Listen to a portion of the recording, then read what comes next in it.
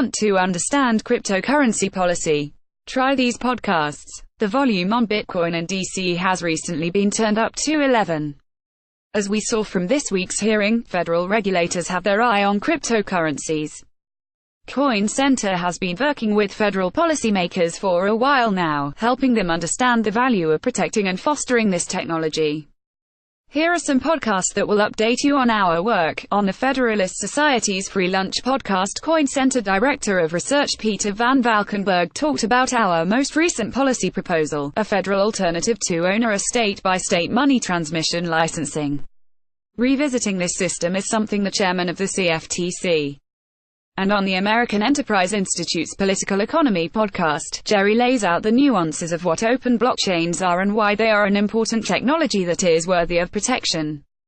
On the Cato Institute's podcast, Coin Center Executive Director Jerry Brito discusses what renewed regulatory interest in cryptocurrencies means for the technology and what Coin Center is doing to respond.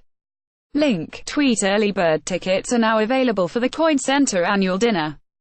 Blockchain's Night Out is back. Get your tickets to our annual dinner, a fundraising gala in support of our policy advocacy mission.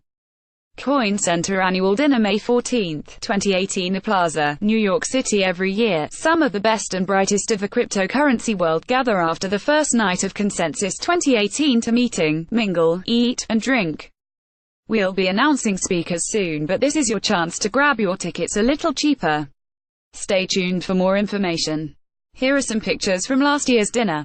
Link, tweet. Everything you need to know about cryptocurrency and public policy in one entertaining read.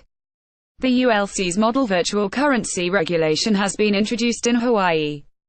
Earlier this month, State Senator Mike Gabbard introduced the Uniform Regulation of Virtual Currency Businesses Act in the Hawaii legislature.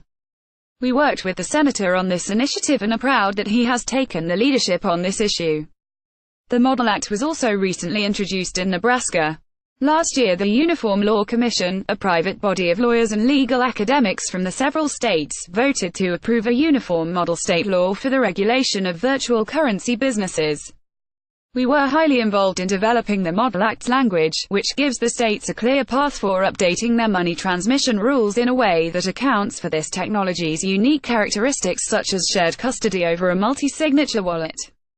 Link, tweet. The SEC and CFTC are taking the right approach to eco-scams. The agencies clarified their strategies in a joint statement issued today. When market participants engage in fraud under the guise of offering digital instruments, whether characterized as virtual currencies, coins, tokens, or the like, the SEC and the CFTC will look beyond form, examine the substance of the activity and prosecute violations of the federal securities and commodities laws. The divisions of enforcement for the SEC and CFTC will continue to address violations and bring actions to stop and prevent fraud in the offer and sale of digital instruments. We are glad both agencies will continue to target frauds and scams masquerading as initial coin offerings. As we've explained in our framework for securities regulation of cryptocurrencies, questionably marketed and designed cryptocurrencies may indeed be running afoul of securities law. This joint statement is important because the CFTC is the regulator with jurisdiction over digital commodities like bitcoins and some other virtual currencies, and the SEC is the regulator with jurisdiction over tokens that are securities. They'll need to continue to work together to draw distinctions between those fields of our technology, and are off to an excellent start. Link, tweet. A new study finds less than 1% of Bitcoin transactions to exchanges are illicit. Elliptic, a UK firm that provides blockchain analysis tools for law enforcement, has released an analysis of the global market for money laundering through Bitcoin. Based on available blockchain forensic data, their analysis found that only a tiny percentage of transactions to exchanges were from illicit sources. According to our study, the total percentage of identified dirty bitcoins going into conversion services was relatively small. Only 0.61% of the money entering conversion services during the 4 years analyzed were verifiably from illicit sources, with the highest proportion, 1.07%, seen in 2013. Further, those transactions that were illicit tended to appear disproportionately in Europe. Roughly a quarter of all incoming transactions went into Europe in 2015 and 2016, but 38% and 57% of all illicit transactions, respectively, went to European services during those years. Thus, Europe hosted a disproportionate amount of illicit activity. One of the report's recommendations for governments and cryptocurrency businesses to address this issue is through strengthening European AML practices and expanding them to include coin-to-coin exchanges, emulating the 2013 FinCEN guidance that applies in the United States. Read the full report here. Link, tweet. We talked with the CFTC, Politico, and NPR about why cryptocurrency matters. The CFTC has jurisdiction over the trading of futures on decentralized cryptocurrencies like Bitcoin and Ethereum. A critical part of Coin Center's mission is to help regulators understand the nuances of these technologies.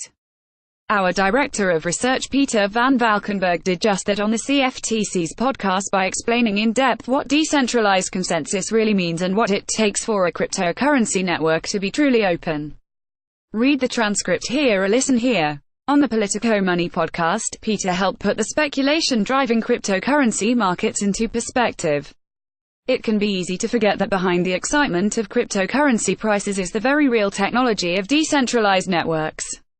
What is happening now may be a bubble, but like the dot-com bubble of the 1990s, some of its survivors will go on to be the next great internet platforms. Listen here. Finally, on NPR's 1A show, Peter went over the basics of cryptocurrency and answered questions from callers. Listen here. Link, tweet. Coin Center statement on Long Island money laundering arrest. All we have to go on so far is the unsealed indictment, which does not mention cryptocurrencies, and the statements of the prosecutor. Based on what we know so far though, here are our thoughts. Thankfully she got caught before she was able to move money to ISIS.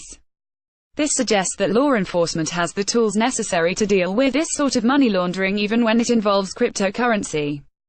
The unsealed indictment doesn't have enough facts in it to draw strong conclusions about how important Bitcoin actually was to the scheme. We know she bought it with fake credit cards and a bogus line of credit from a bank, but that's about all. From the statement of the prosecutor, it looks like she still tried to use wire transfers and shell companies in order to get the money to ISIS. This may suggest that a simple Bitcoin transfer didn't work to accomplish her ends, and that the old ways, wire fraud, remain the best ways when it comes to evading sanctions. We await further information. Link, tweet. Based in Washington, D.C., Coin Center is the leading non-profit research and advocacy center focused on the public policy issues facing cryptocurrency and decentralized computing technologies like Bitcoin and Ethereum. Our mission is to build a better understanding of these technologies and to promote a regulatory climate that preserves the freedom to innovate using permissionless blockchain technologies.